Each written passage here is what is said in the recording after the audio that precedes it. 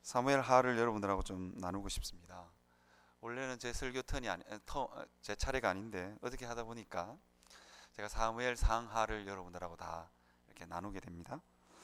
제가 여러분 기억하실지 모르겠지만 꽤 한 2, 3주 전의 일이라서 기억하실지 모르겠지만 사무엘 상을 설명하면서 망하는 집의 이야기와 흥하는 집의 이야기를 했습니다. 오늘은 계속해서 그 흥하는 집 이야기를 쭉 여러분들과 함께 해보려고 합니다. 어떻게 하면 흥하냐?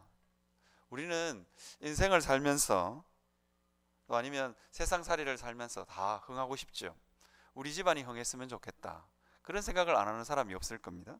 그렇다면 오늘 설교를 한번 잘 들어보시길 바랍니다. 어떻게 하면 흥하냐?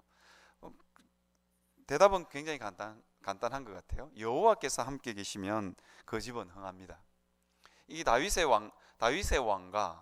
왕가는 하나님이 함께 계심으로 이 다윗의 집이 세워지고 그 집이 영원하게 될 것이라는 약속을 받게 됩니다. 이 사무엘하는요, 사무엘하 11장을 기점으로 좀 나누어져요. 11장이 어떤 사건이냐면 바세바 사건입니다. 우리아의 아내 바세바를 다윗이 범하는 그 사건이 기록되어져 있습니다. 11장 앞쪽에 있는 이야기는 다윗의 집이 흥하는 이야기, 다윗의 왕가가 세워지는 이야기를 쭉 기록하고 있습니다.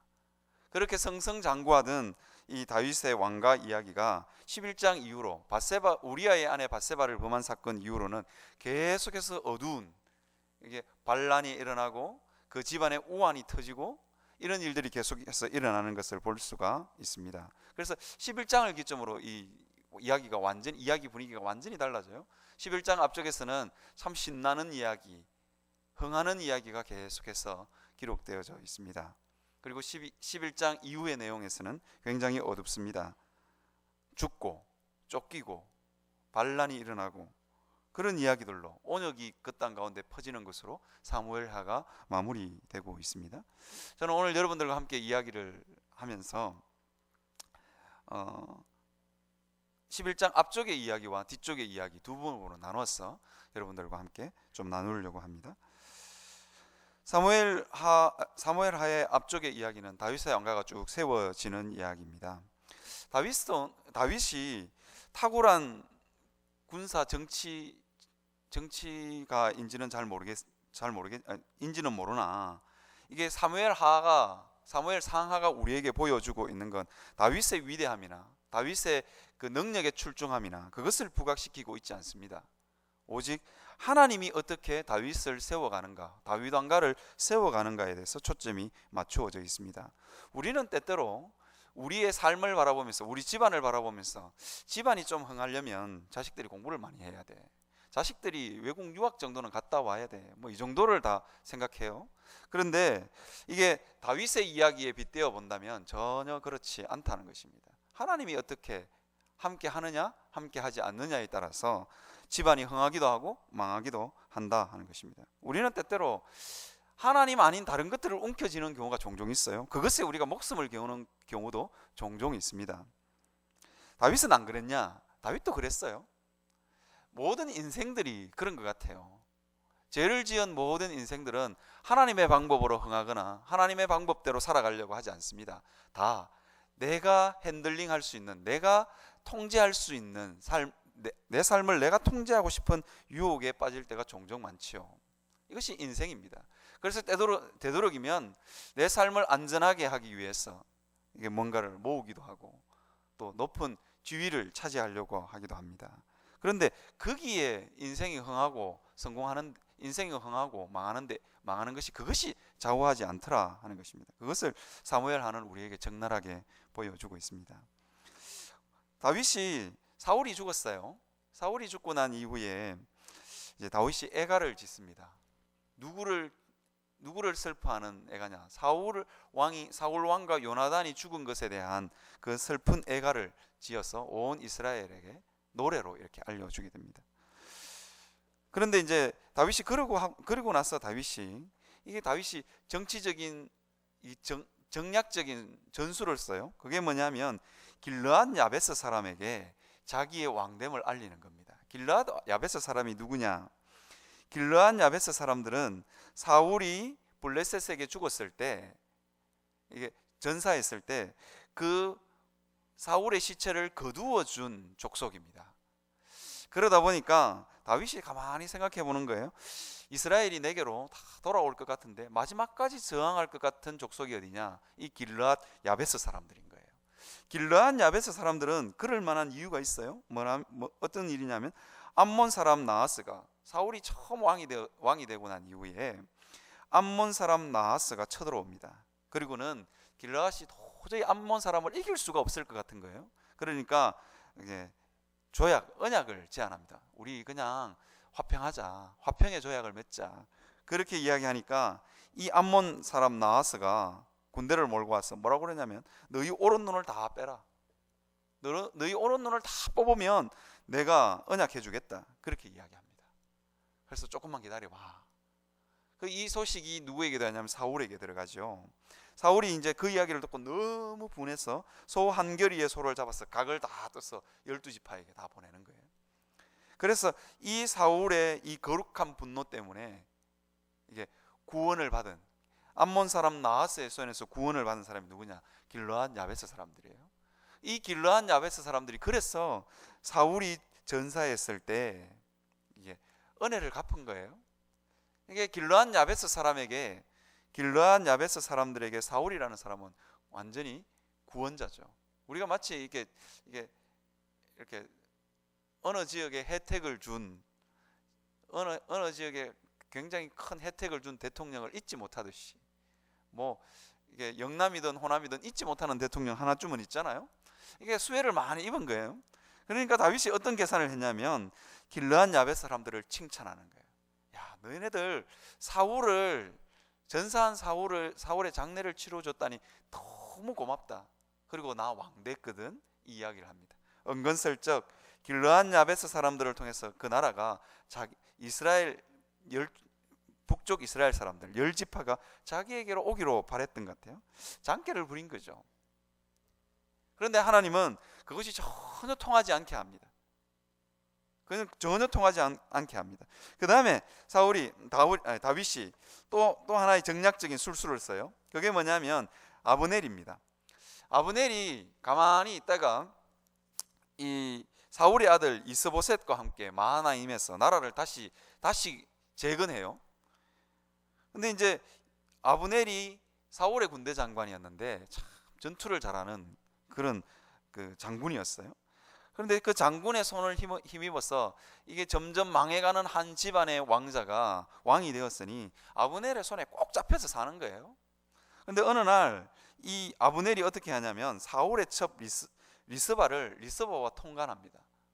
이게 아무리 그래도 허수아비 왕이지만 이 아브넬을 보니까 너무너무 화가 나는 거예요, 이스보셋이. 그래서 어떻게 하냐면 그때부터 사이가 틀어져요. 그러면서 아브넬이 사이가 소원해진 틈을 타서 다윗을 찾아갑니다. 다윗 왕이요, 내가 이 나라를 당신에게 넘기겠다. 그렇게 이야기합니다. 왕과 별 상의가 안 되었던 것 같아요. 그런데 넘기려고 합니다. 다윗이 딱 생각할 때, 야, 드디어 기회는 왔다. 이 아브넬 정말 잘해줘야 되겠다. 이 생각을 한 것 같아요. 그리고는 조건을 달아요. 조건을 다는데 미갈을 데려와라. 그렇게 조건을 답니다. 다윗의 마음 가운데 아브넬을 선대해서 보내었고 잘 구슬렀어요. 그러면 이스라엘 10지파가 내게로 올 거다. 그렇게 생각했던 것 같아요. 자기는 이미 헤브론에서 유다의 왕이 되었으니까 나머지 10지파는 내게로 올 거다. 그렇게 계산하고 있는데 이것도 완전히 하나님께서 뒤틀어 놓습니다. 요압이 이 아브넬을 쫓아가서 죽여버립니다. 왜냐? 자기 동생 아사헬을 죽였기 때문이에요. 그래서 이 일이 벌어지게 되는 거죠. 그 이야기가 기록되어져 있습니다. 인간의 생각으로 잘 계산해 보면 아브넬을 참 잘 대접해 주면 자기에게로 왕위가 올 것 같지만 전혀 그렇지 않습니다. 굉장히 뜻밖의 일이 벌어지죠. 이 아브넬이 죽고 난 이후에 군 지휘관 바하나와 레갑이 이스보셋을 죽이고 그리고는 투항해 오는 거예요. 다윗은 이 바하나와 레갑 그냥 죽입니다. 하나님의 기름 부으신 자, 아니면 권위에 도전하는 자에 대해서 가차없이 다윗이 처벌을 하죠. 이게 하나님의 방법은 전혀 다른 방법이에요. 다윗은 계산을 잘 했어. 이 미갈도 마찬가지입니다. 미갈도 그렇게 볼 수 있습니다. 미갈이 다른 데 시집가서 잘 살고 있어요. 이제 다윗이 가만히 생각해 보니까 미갈까지 얻으면 미갈이 사울의 딸이니까 자기는 왕의 사위가 되는 거예요. 그러면서 이 왕권의 정통성을 확보할 수 있을 것 같은 거예요. 그러면 좀 더 쉽게 이스라엘 10지파가 자기에게로 올 것 같은 거예요. 그래서 잘 살고 있는 이 미갈의 집안을 파탄을 내버립니다. 그 라이스의 아들 발디엘에게서 이 미갈을 빼앗아 오는 거예요. 이 아내를 빼앗긴 발디엘이 이게 너무너무 원통한 거예요. 그래서 그 남편이 어디까지 바후림까지 울면서 쫓아옵니다. 그런데 그 한 가정을 그냥 무차별적으로 짓밟아 버립니다. 이 무차별적으로 짓밟아 버리는데요. 이게 다윗입니다. 하나님은 다윗이 인간적인 계산을 했을 때는 잘 살 수 있을 거다. 그렇게 하면 왕위가 내게 올 거다. 하나님은 철저하게 다윗의 인간적인 모든 생각들을 다 막아버립니다. 오히려 이렇게 자기가 정략적인 술수를 썼던 이게 나중 되면 다 이게 올무가 됩니다. 어떻게 되느냐?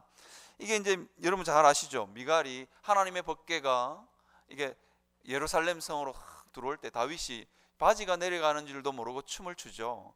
그런데 이 미갈이 보고 있다가 비웃어요. 어떻게 저렇게 천박하게 이렇게 되는 거예요. 그렇게 되니까 이게 이제 저주를 하죠. 죽을 때까지 아들을 갖지 못할 것이다. 한 여인이 아들이 없이 해산하지 못하고 그냥 죽어가는 그 비참한 모습을 보게 되는 거죠. 우리는 때때로 하나님 앞에서 우리는 우리의 생각과 우리의 전략으로 살려고 하는 경우가 종종 있습니다. 그런데 하나님은 이거 다 막으셨어요. 그것을 통해서 다윗에게 왕권이 그에게 넘어오는 게 아니었습니다. 우리가 이것을 통해서 무엇을 알 수 있느냐? 믿음으로 행하지 않은 모든 것은 우리에게 독이 됩니다. 우리가 그냥 그 정도쯤은 내 노력으로 내 힘으로 할 수 있을까요? 천만에요. 믿음으로 행하지 않은 모든 것은 다 독이 됩니다. 다윗이 사무엘하 1장에서부터 11장까지 있는 내용 중에 여호와께 물어보고 한 일은 다 성공합니다. 그런데 여호와께 물어보지 않고 한 일은 다 실패합니다. 오히려 이것이 나중에 후환이 되어서 다윗의 발목을 잡는 경우가 왕왕 있었습니다. 하나님 앞에서 우리 자신을 한번 돌아보았으면 좋겠습니다. 여러분 진짜 우리가 그건 진짜 하고 싶다, 이 일은 진짜 꼭 하고 싶다, 그런 마음이 들면 기도하고 해봐야 되는 거예요. 기도하지 않고 하니까 이게 나중에 문제가 되는 거예요. 하나님이 기도하고 하면 그 다음 일은 하나님이 책임져요. 하나님 앞에 물어봤는데 하나님이 대답 없으면, 담임 목사님 늘 그런 이야기 하시잖아요. 기도했는데 하나님 대답 없으면 그냥 해도 되는 거예요. 하다가 안 되면 하나님 책임지시는 거예요. 하나님 왜 안 됩니까? 나 기도했는데. 하다가 안 되면 하나님 이거 해결해 주셔야 되는 거 아니에요? 나 기도했어요, 나 신고했어요, 이렇게 되는 거예요. 다윗의 인생살이 가운데서 다윗이 이 사무엘하 1장에서부터 11장에 있는 내용들이 대부분 다 그래요. 하나님 앞에 물어보지 않고 한 내용들, 이게 정략적인 술수를 쓴 이 모든 것들이 다윗에게 해가 되었어요. 요압이 쫓아가서 아브넬을 죽여버립니다. 이 아브넬을 죽인 이 사건이 다윗에게는 굉장히 자존심에 상처를 줬던 것 같아요. 그래서 솔로몬에게 유언을 하면서 요압을 죽여라, 그렇게 이야기하죠. 아마 다윗의 왕조에 다윗이 세워놓은 이 왕조에 끊임없는 정치적인 약점으로 잡혔을 것 같아요. 믿음으로 행하지 않은 모든 것은 우리에게 독이 됩니다. 우리는 괜찮겠지 이렇게 생각하는 모든 것들이 그와 같습니다. 그런데 하나님께서 이 다윗에게 복을 부어줍니다. 다윗의 이 연약함에도 불구하고 우리는 때때로 내 힘으로 살고 내 생각대로 살고 제 가운데 살면 하나님이 복을 부어주지 않을 거야 이렇게 생각할지 모르겠지만 다윗은 그렇지 않습니다. 우리의 삶이 하나님이 그렇지 않다는 거예요. 다윗에게 이 많은 약점들이 있었음에도 불구하고 하나님은 다윗을 축복합니다. 이게 이유가 뭘까? 다윗이 뭔가 잘했을까? 그렇지 않는 것 같아요. 그냥 하나님께서 다윗이 물으면 하나님의 왕대심을 인정하고, 하나님 나 올라가면 블레셋과 전쟁하면 이기겠어요? 그렇게 물어보는 거예요. 너무너무 기특한 거예요. 하나님이 그래서 다윗을 바라보면서 성경은 뭐라고 기록하고 있냐면 이렇게 기록하고 있어요. 만군의 여호와께서 함께 계시니 다윗이 점점 강성하여 지니라. 그렇게 표현하고 있습니다. 여러분, 하나님이 우리와 함께 하시면 우리가 강성해질 수 있다는 거예요. 그것을 성경은 우리에게 보여주고 있습니다. 우리에게 때때로 인간적인 약점이 있고, 우리는 때때로 우리의 힘을 동원하고 싶기도 하고, 우리의 지식을 동원하고 싶기도 하고, 우리가 가질 수 있는 정략적인 방법들을 동원하고 싶을 때가 종종 있어요. 그럴 때마다 우리는 멈춰서야 됩니다. 그리고 또 한편으로 생각할 때 내게 이런 연약함이 있다 할지라도 하나님은 나와 함께 하시는 분이다 하는 것을 우리가 잊지 말았으면 좋겠습니다. 오늘 우리가 읽은 이 본문은 하나님 마음에 다윗이 속 들게 하는 장면입니다. 어떤 장면이냐면, 그가 평안하게 궁에 거하게 됩니다. 모든 원수들을 다 무찌르고 평안히 궁에 살게 하신 때에 나는 백향목 궁에 거하는데 여호와는 저 휘장 가운데 살도다, 그렇게 이야기합니다. 7장 1절에 보면 하나님의 괴는 휘장 가운데 있도다, 그렇게 이야기합니다. 다윗이 하나님의 괴를 이렇게 예루살렘 성으로 이렇게 모셔오게 됩니다. 그때 정말 어린아이와 같은 그런 순진함으로 춤을 추죠. 하나님을 참 기뻐하고 즐거워했던 것 같아요. 우리가 때때로 평안하고 백향목 궁에 살면 하나님을 잊어버리는 경우가 종종 있잖아요. 내 삶이 평안한데 하나님께 기도할 이유가 뭐 있겠어요? 하나님 생각할 이유가 뭐 있겠어요? 내 삶이 편안하면 교회가 아무리 어려워도 그냥 다른 교회 가면 되는 거예요. 이게 우리가 살고 있는 시대의 현주소입니다. 그런데 다윗은 평안하게 백향목 궁에 거하면서도 늘 하나님을 생각하고 하나님의 나라를 사랑하는 거예요. 그래서 하나님이 딱 볼 때 너무너무 복을 주고 싶은 거예요. 그래서 하나님께서 다윗에게 복을 주기로 결정을 합니다. 그게 뭐냐면 오늘 우리가 읽은 이 본문입니다. 다윗의 내가 너를 위하여 집을 짓고 내 왕위를 영원히 견고하게 할 것이다, 그렇게 이야기하죠. 이게 사실은 따지고 보면 다윗은 사울보다도 어떤 면에서는 더 나쁜 사람이에요. 왜냐하면 이 우리아의 아내 밧세바를 범하고 그리고 우리아까지 죽이잖아요. 여러분, 우리가 단순히 그냥 우리아의 아내 밧세바를 범한 이후에 그냥 우리아만 죽였을 것이다, 그렇지 않습니다. 실제로 우리아를 죽이기 위해서 우리아가 거느리고 있는 군대를 죽인 거예요.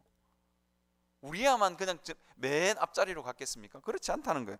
군대가 앞자리로 간 거예요. 하나님의 거룩한 군대를 수없이 죽이고도, 하나님의 거룩한 장군을 죽이고도 전혀 양심에 가책이 없는 거예요. 하나님은 이 부분에 대해서 굉장히 혹독하게 다루어 가실만 하잖아요. 최소한 사울은 그렇게 하지 않았거든요. 그럼에도 불구하고 이 다윗은 하나님의 성전을 사랑하는 마음이 있었다. 하나님을 사랑하는 마음이 그에게 있었던 것 같습니다.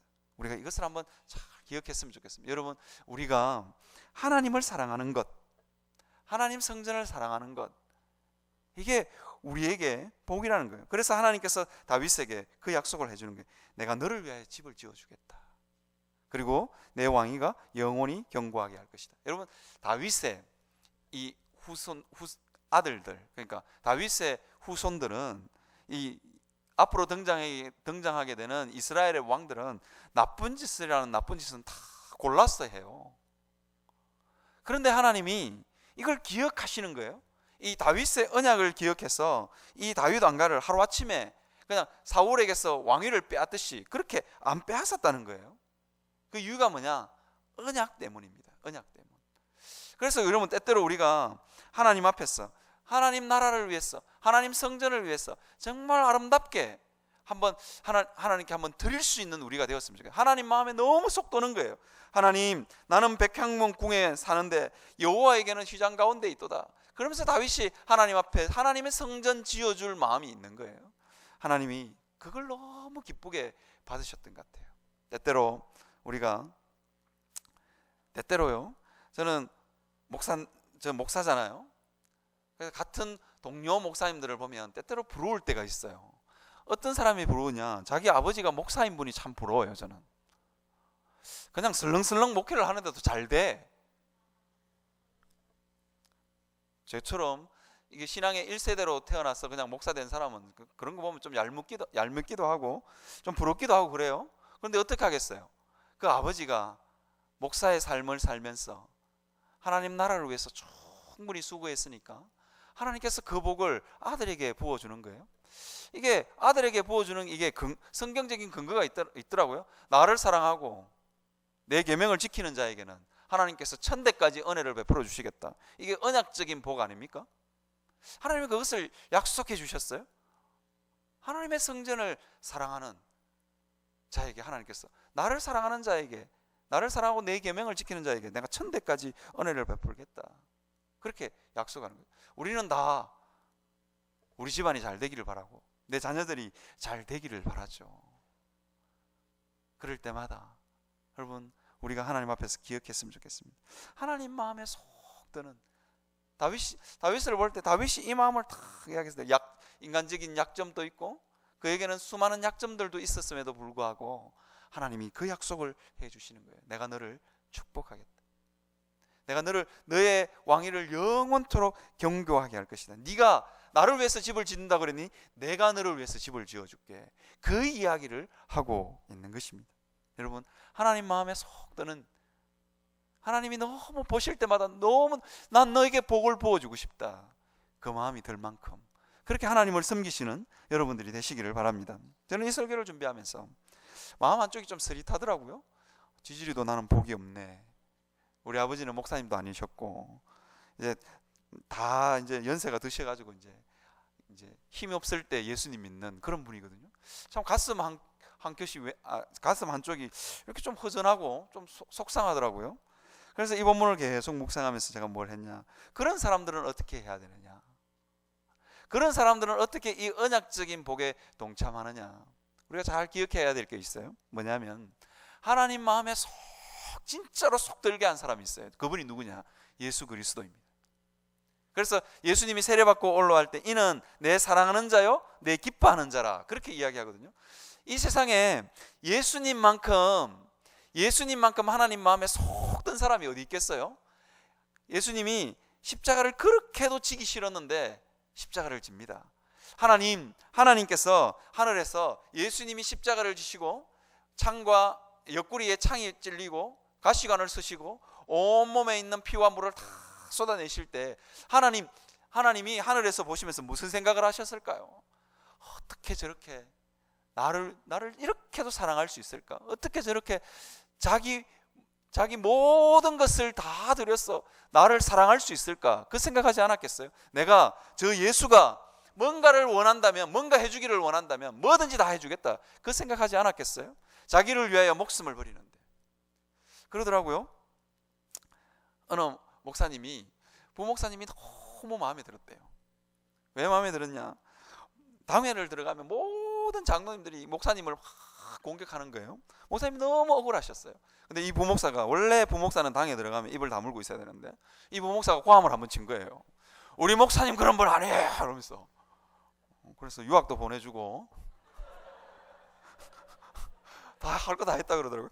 저도 당에 가서 한번 우리 장로님들이 그렇게 안 하셔가지고 저도 그렇게 할 수 있거든요. 그런 분 아니에요 이러면서 할 수 있는데 그럴 기회가 안 왔어. 얼마나 마음에 속 들었으면 그렇게 해줬겠어요. 여러분, 예수님이 그 일을 하신 거예요. 예수님이. 그래서 우리는 그 예수님을 믿음으로 예수님의 십자가를 바라보면서 하나님 앞에 나오는 모든 사람들에게 하나님이 그 복을 베푸시겠다. 이 다윗의 아들들은 다윗이 한 이 거룩한 일, 이 언약적인 복이거든요. 다윗이 정말 마음에 속 들었어. 하나님께서 이 언약을 해주신 건데 다윗의 삶 가운데도 여전히 연약한 것도 많고 인간적인 계산도 들어있고 그런 게 다윗의 삶입니다. 그럼에도 불구하고 이게 속 마음에 들어서 하나님이 언약을 덜컹 해버리고 마는 것입니다. 그리고는 하나님이 이 언약 때문에 400년 동안이나 다윗의 왕가를 지속시킵니다. 그 당시 그 당시의 역사에서 애굽이라는 그 대강대국도 100년을 넘기지 못하는 왕조였어요. 그리고 100년을 넘기지 못하는 왕조였는데 이게 50년, 60년 되면 이 고대 근동 지방에 있는 왕국이라는 건 쉽게 망하고 쉽게 그냥 잃었습니다. 여러분 우리가 그걸 어디서 알 수 있냐면 여러분 마태복음에 보면 그 밭에 감추인 보아 이야기 나오잖아요. 그 이야기가 왜 나오냐면 이런 거예요. 이게 애굽하고 저쪽 아수르하고 이스라엘을 사이에 두고 이 강대국들이 늘 전쟁을 하는 거예요. 이스라엘은 늘 짓밟혀요. 이쪽이 전쟁하러 올라가면서 한번 짓밟고 쫓겨가면서 한번 짓밟고 이쪽에 있는 나라가 너무 화가 나서 이제 가만 놔둘 수 없어 올라가면서 한번 짓밟고 내려오면서 한번 짓밟고 그게 이스라엘이에요. 이 동네 북이죠. 그런데 이게 이제 올라가면서 내려가면서 어떻게 하냐면 도망갈 때 빼앗았던 뭐 전리품 있지 않겠어요? 보물 같은 거 그거 이스라엘 밭에다가 묻어 놓는 거예요. 나중에 전쟁하러 내려올 때 찾아가야지 이러면서 묻어 놓는 거예요. 그래서 이스라엘 밭에는 이게 감추인 보아 이야기가 그래서 나오는 거예요. 늘 전쟁하는. 그래서 이스라엘 이 왕조가 그냥 쉽게 무너지고 쉽게 일어서고 하는 게 이 고대 팔레스타인 지방입니다. 그런데 다윗의 왕가가 400년을 지속하죠. 하나님이 뭐 예뻤어 그렇게 하시겠어요. 다윗과 한 이 언약 때문에. 여러분들에게도 그 언약이 있습니다. 여러분들에게도 예수 그리스도가 세워놓은 언약이 있습니다. 누구보다도 하나님 마음에 속 든 사람. 여러분들이 하나님 앞에 살 때마다 나는 지지리도 복이 없어. 우리 아버지 우리 어머니 교회 근처도 안 갔어. 뭐 이러신 분들 있잖아요. 예수 그리스도를 믿는 믿음을 가지고 하나님 앞에 날마다 기도하셨으면 좋겠어요. 하나님 나 기도할 때 맨 끝에 나는 꼭 이렇게 기도해요. 예수님의 이름으로 기도해요. 이 뜻 뭔지 아시죠? 이러면서 여러분 기도하셔야 돼요. 언약적인 복이 있다 하는 것입니다. 여러분 하나님 앞에서 그렇게 하나님을 섬겨갈 수 있는 여러분들 되시길 바랍니다. 여러분 하나님의 교회에 해코지하고 하나님의 교회에 하나님의 성전을 사랑하지 않는 성도가 복을 받는 것은 저는 본 적이 없습니다. 특별히 하나님의 우리가 살고 있는 이 시대에 하나님의 교회를 가장 위협하는 존재가 누구냐? 신천지인 것 같아요. 어떻게 그렇게 제가 새가족실에 있잖아요. 제가 두 눈 부릅뜨고 신천지를 찾아냅니다. 근데 찾아내기가 참 힘들어요. 가만 놔두면 알아서 망할 거다. 저는 그렇게 확신하고 있습니다. 여러분 신천지가 하나님의 교회에 들어와가지고 오만 나쁜 짓을 다 해요. 그 집안 치고 잘 되는 집안을 본 적이 없어요. 잘 되는 본 적이 없어요. 하나님이 그냥 폭삭 그냥 신천지에 빠지면 이혼하고요. 남편 재산 다 빼앗아 남편 재산 다 빼돌려가지고 신천지에 갖다 바치고 그렇게 살아요.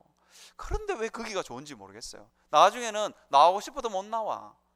왜? 하나님의 교회를 하나님의 성전을 해코지하면서 살기 때문이에요. 하나님 반드시 그것을 보십니다. 여러분 그것을 우리가 기억했으면 좋겠어요. 우리아의 아내 밧세바를 범한 사건 이후에 다윗에게 있는 이 사건 신학적으로 굉장히 해석하기 어려운 사건입니다. 우리아의 아내 밧세바를 범하는 이 간음의 문제가 다윗의 집안에 있는 거예요. 신학적으로 참 해석하기 어려운 문제가 있습니다. 다윗이 깊이 회개했음에도 불구하고 깊이 회개했음에도 불구하고 다윗의 집안에 우리아의 아내 밧세바를 범한 이 11장 이후의 사건은 계속하는 우환과 환란이 이 집안에 이 왕가에 계속됩니다. 그렇다면 우리가 가끔씩 놀랄 때가 있잖아요. 우린 참 조심해야 될 이야기가 여기에 숨어 있습니다. 그러면 구원받은 백성이 하나님 앞에 죄를 짓고 회개했음에도 불구하고 하나님이 너 그거 잘못했지 이러면서 계속해서 때리느냐? 어려운 문제 아니겠습니까? 다윗은 분명히 시편 51편에 보면 굉장히 깊이 회개했어요. 베개가 다 젖을 정도로 하나님 내 뼈가 녹습니다. 그렇게 할 만큼 다 회개했음에도 불구하고 끊임없이 하나님이 이것을 다루어 가십니다. 이걸 어떻게 해석할까? 신학자들이 여러 가지 해석을 붙입니다. 이것은 다윗이 첫 왕조를 여는 초대 왕이기 때문에 본보기를 한번 보여준 거다. 그렇게 해석하는 사람들도 있고요. 아니다. 이게 다윗에게만 적용되는 특별한 케이스다. 이렇게 적용하는 사람도 있고요. 어떤 분들은 우리하고는 입장이 전혀 다르긴 하지만 하나님 죄를 끝까지 다루어 가시는 분이다. 하나님 징계하시는 분이다. 뭐 이렇게도 해석을 합니다. 저는 어떻게 해석하느냐? 하나님께서 사람 막대기와 인생 채찍으로 우리를 징계하시는 것도 복이다 하는 것입니다. 그 이야기를 여러분들하고 좀 하려고 합니다. 하나님이 다윗에게 브레이크를 걸어 주십니다. 브레이크가 없었던 엘리 집안과 사울 집안은 그냥 망해갑니다. 브레이크, 하나님께서 회개할 시간도 충분히 준 것 같고, 그랬음에도 불구하고 이게 브레이크가 듣지를 않아요. 사울에게는 악신이 임하는 그런 일들입니다. 이런 일을 하면 안 되지. 그러면서 하나님께서 분명히 사울, 네 삶을 좀 돌이켜. 사울에게 성령이 임해서 벌거벗은 몸으로 수치를 드러냅니다. 내가 이렇게 사는 건 수치스러운 거야. 그러면서 하나님께서 끊임없이 브레이크를 주는데도 사울은 회개하지 않습니다. 돌이키지 않습니다. 엘리도 마찬가지죠. 브레이크를 줬음에도 불구하고 그 아들들의 제약이 확 눈에 들어옵니다. 그쯤 됐으면 이게 이제 브레이크, 내가 이렇게 살면 안 되겠구나. 자기가 이제 눈이 어두워가지고 일어서지도 못합니다. 몸이 비둔해집니다. 이게 뭐냐? 눈이 어두워지고 비둔해진 그 몸이 뭐냐? 내가 영적으로 굉장히 어두웠구나. 그걸 깨닫고 빨리 정신을 차려야 됩니다. 이게 브레이크가 듣지 않죠. 그런데 하나님께서는 이 다윗에게는 이 브레이크가 통하는 거예요. 다윗이 우리아의 아내 밧세바를 범하고 난 이후에 이 11장 이후의 사건은 뭐냐? 암논과 다말 이야기가 나옵니다. 이게 이복 형제들 간의 일이에요. 암논과 다말과 압살롬의 이야기가 나옵니다. 이게 이제 다윗이 여자를 참 좋아했던 것 같아요. 특히나 이방 왕들의 공주들을 참 좋아했던 것 같아요. 그래서 생겨난 문제입니다. 이 암논도 마찬가지고 압살롬도 마찬가지입니다. 이방 왕들의 딸입니다. 정략 결혼을 한 거죠. 그러면서 다윗의 왕가에 똑같은 일이 벌어집니다. 어떤 성적인 문란의 문제가 나옵니다. 암논이 다말을 겁탈하는 일이 일어나죠. 다윗이 자기가 우리아의 아내 밧세바를 범할 때 내가 하는 건 로맨스야 뭐 이러면서 살지 않았겠어요? 그런데 자기 아들들이 성적인 추악함과 타락에 빠지니까 다윗이 얼마나 이것이 지저분한 일인지를 깨달았겠어요. 여러분, 하나님께 때때로 우리는 당해보지 않으면 몰라요. 내가 그 입장이 돼봐야 알아요. 얼마나 가슴 아픈지. 우리 하나님께서 그렇게 하시는 거예요. 다윗이 정말 깊이 회개할 수 있던 이유가 뭐냐? 이 성적인 문란이 얼마나 더럽고 추악한 건지를 다윗이 적나라하게 본 거예요. 이게 이제 결국은 살인으로까지 이어지죠. 자기 아들이 죽는 일이 일어나죠. 압살롬이 암논을 죽여버립니다. 이게 사람 하나 죽이는 것, 우리아의 아내 우리아를 죽이는 것 하나 눈 하나 깜짝 안 하던 이 다윗의 강팍한 심령이 자기 아들들이 죽을 때 얼마나 애통했겠어요. 얼마나 애통했겠어요. 여러분, 원래 그러더라고요. 옆집 아기가 죽으면 아무 감각이 뭐 그냥 가슴 좀 아프지만 자기 아기가 죽으면 이게 완전히 그냥 가슴에다가 묻는 거예요. 그 고통을 이 다윗이 맛보게 되는 것입니다. 인생을 소홀하게 여기는, 한 생명을 소홀하게 여기는 다윗에게 하나님께서 굉장히, 그래서 다윗이 이 사건 이후로 자기의 정적들을 죽이지 않습니다. 시므이도 죽이지 않고요, 죽이지 않습니다. 어지간하면 살려둡니다. 요압도 죽여야 마땅하지만 끝까지 참고 견디죠. 왜? 한 생명이 죽는 것이 얼마나 비참한지를 그는 알았기 때문입니다. 왕에게 사람 막대기와 인생 채찍으로 왕에게 가르치는 거예요. 때때로 하나님은 우리 삶 가운데 있는 끊어지지 않는 죄악들을 통해서 하나님이 이것을 우리가 다루어 가십니다. 이것이 우리에게 복입니다. 우리 막내가 이제 어린이집 갈 날이 얼마 남지 않은 막내가 있어요. 제가 참 그날만 기다리고 있는데요. 우리 막내가 가끔씩 변기에다가 이렇게 손 넣고 노는 걸 굉장히 좋아해요. 하필 왜 변기에다가 손 넣고 좋아하는지 모르겠어요. 변기에 이렇게 해가지고 손도 빨고 저는 뭐 아무렇지도 않게 쳐다봅니다. 우리 집 사람은 기겁을 하거든요. 근데 저도 우리 막내가 제가 집에 탁 들어가서 초콜릿이나 뭐 맛있는 거 하나씩 이렇게 호주머니에서 넣어서 탁 까거든요. 우리 막내가 화장실에서 놀다가 화장실 물에 이렇게 손 슉 가다가 주세요 이러면 주세요 이러거든요. 그러면 제가 안 줍니다. 줄 수가 없는 거예요. 줄 수가. 거기다가 어떻게 이 먹을 걸 아이의 손에 얹어주겠어요. 화장실에다가 이렇게 하고 줄 수가 없는 거예요. 그 이야기를 지금 이 사무엘 하가 하고 있는 거예요. 다윗을 바라보면서, 다윗, 나는 너에게 마음껏 복을 주고 싶어. 그런데 너의 삶 가운데 여자 좋아하는 성적인 평력도 있고, 너의 마음 가운데 한 생명을 사랑하지 못하는 완고함도 있고 잔인함도 있어. 다윗 좀 고쳤으면 좋겠어. 너의 왕가에 이 여자 좋아하는 문제는 끊임없이 흘러갈 것 같아. 뭐 그 이야기를 하고 있는 거예요. 그걸 똑같이 누가 배우느냐? 누가 배워요? 사울이 똑같이 배우는 거예요. 자기 아버지가 했던 거 똑같이 배우는 거예요. 이거 이유가 뭐냐? 이 다윗이 우리아의 아내 바세바를 범한 이 사건을 하나님께서 혹독하게 다뤄가는 이유가 뭐냐? 이거예요. 복을 받기 위해서는 내가 성화의 삶을 살아야 돼. 그 이야기를 하고 있는 겁니다. 압살롬이 백주대낮에 이 다윗의 시녀들을 백주대낮에 겁탈하는 일이 벌어집니다. 다윗이 얼마나 마음이 아팠겠어요. 그 시녀들을 이게 생가부를 만들죠. 다윗이 돌아와서는 다 다른데 격리시켜가지고 평생토록 그냥 생가부로 살게 합니다. 다윗이 그것을 보면서 얼마나 마음이 아팠겠어요.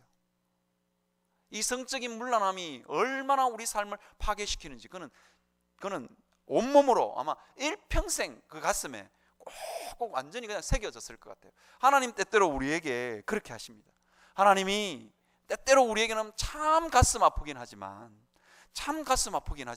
하나님께서는 우리에게 아픔을 주어서라도 우리에게 꼭 가르치고 싶은 게 있어요. 우리에게 복을 부어주기 위해서 너 그렇게 살면 안 돼.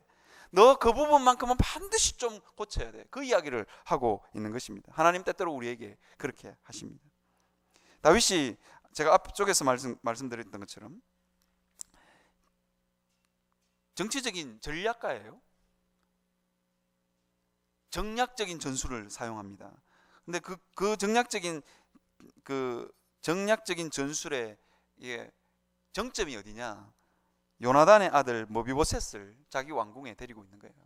참 너가 아버지 사랑해, 너네 아버지가 참 좋았어. 너네 아버지와 언약 때문에 내가 너를 후대하겠다. 그러면서 자기 왕궁에 왕의 상에 먹고 마시게 하죠.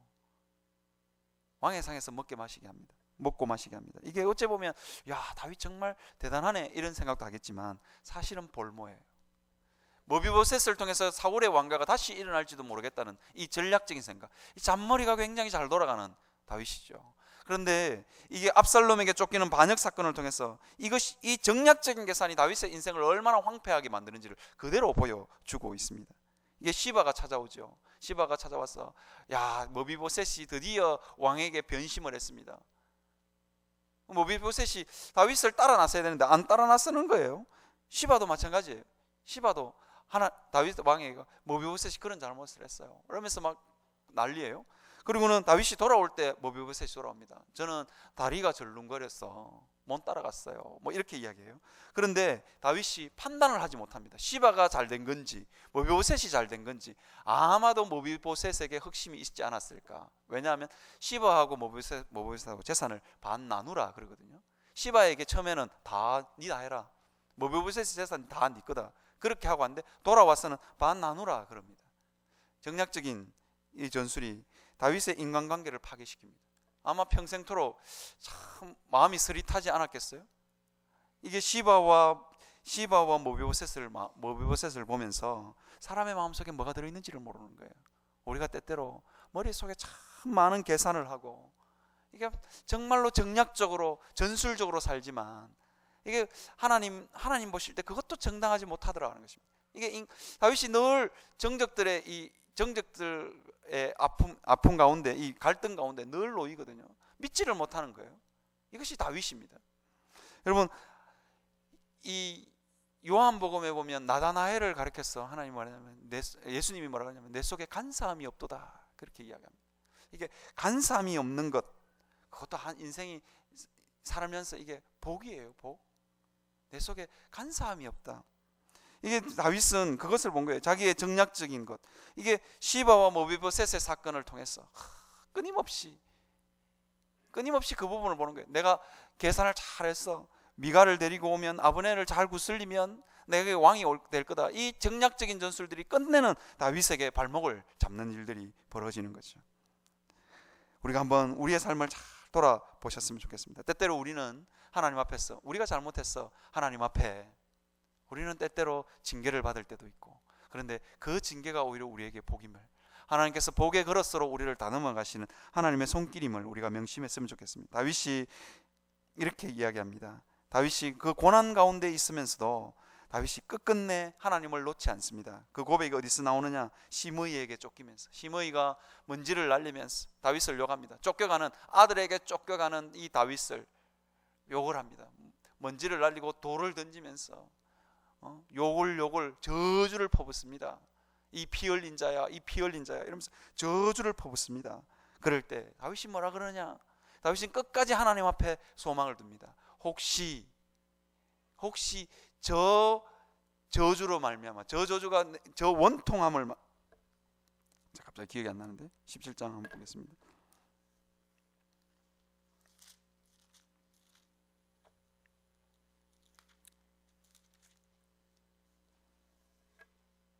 쫓겨가죠. 16장 12절에 보면 이렇게 되어 있습니다. 혹시 여호와께서 나의 원통함을 감찰하시리니 오늘 그 저주 때문에 여호와께서 선으로 내게 갚아주시리라. 이렇게 고백합니다. 우리가 때때로 참 원통함도 있고, 하나님 정말로 나를 이렇게 대할 수 있습니까? 그런 원통함도 있고, 사람들이 일어나서 나를 너무너무 원통하게 하는데 우리가 하나님 앞에 소망을 좀 들어주세요. 저 원통함을 인하여, 저 저주함을 인하여 내가 혹 하나님께서 나를 기억하실지 모르겠다. 하나님께서 내게 선으로 갚아주실지 모르겠다. 그런 믿음의 고백을 할 수 있는 우리가 되었으면 좋겠습니다. 예루살렘에다가, 이게 다윗이 이렇게 이야기합니다. 쫓겨가면서 언약궤를 예루살렘에다가 탁 두고 도망을 갑니다. 언약궤를 들고 가야 다윗 왕조의 정통성이 거기에 있어요. 언약궤를 내세워야 되는 거예요. 그런데 그렇게 하지 않습니다. 왜? 하나님이 보실 때 내가 선하면, 내가 하나님의 복을 받을 만하면 하나님이 내게로 이렇게 돌릴 것이다. 선택은 하나님 몫입니다. 이게 얼마나 귀한지 모르겠어요. 하나님께 내 모든 삶을 다 맡겨드리는 거예요. 하나님, 죽든지 살리든지 하나님 알아서 하십시오. 이것이 다윗의 고백입니다. 하나님께서 다윗을 사랑할 수밖에 없지요. 이 정도쯤 되면 하나님이 사랑할 수밖에. 죽든지 살리든지 하나님 손에 맡기겠습니다. 어느 누가 이런 아들을 내팽개칠 수 있겠어요? 그렇게 되는 거예요. 우리가 때때로는 우리의 죄악으로 인해, 우리의 연약함으로 인해 우리가 고통 가운데 빠질 수 있습니다.